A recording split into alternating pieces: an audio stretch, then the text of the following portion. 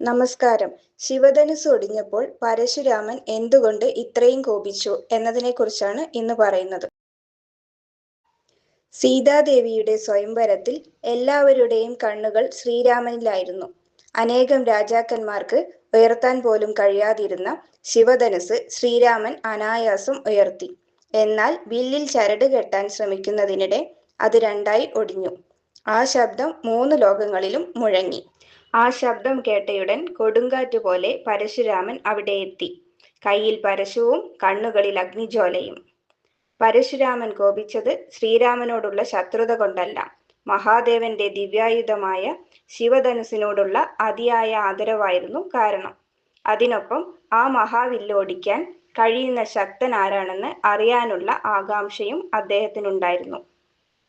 അതിനാൽ അദ്ദേഹം ശ്രീരാമനെ പരീക്ഷിക്കാൻ തന്റെ കൈവശമുണ്ടായിരുന്ന വൈഷ്ണവധനുസ് പരശുരാമൻ നൽകിയ വൈഷ്ണവധനുസ് ശ്രീരാമൻ അനായാസം എടുത്ത് ചരട് കെട്ടി അമ്പ് സജ്ജമാക്കിയപ്പോൾ പരശുരാമന് ഒരു മഹാസത്യം ബോധ്യമായി.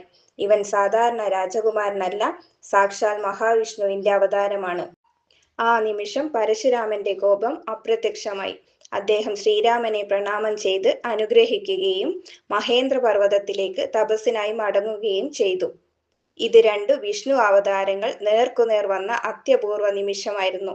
ധർമ്മസ്ഥാപനത്തിന്റെ അടുത്ത ഘട്ടം ശ്രീരാമന് കൈമാറിയ സംഭവമായും ഈ രംഗം രാമായണത്തിൽ വിശേഷിക്കപ്പെടുന്നു.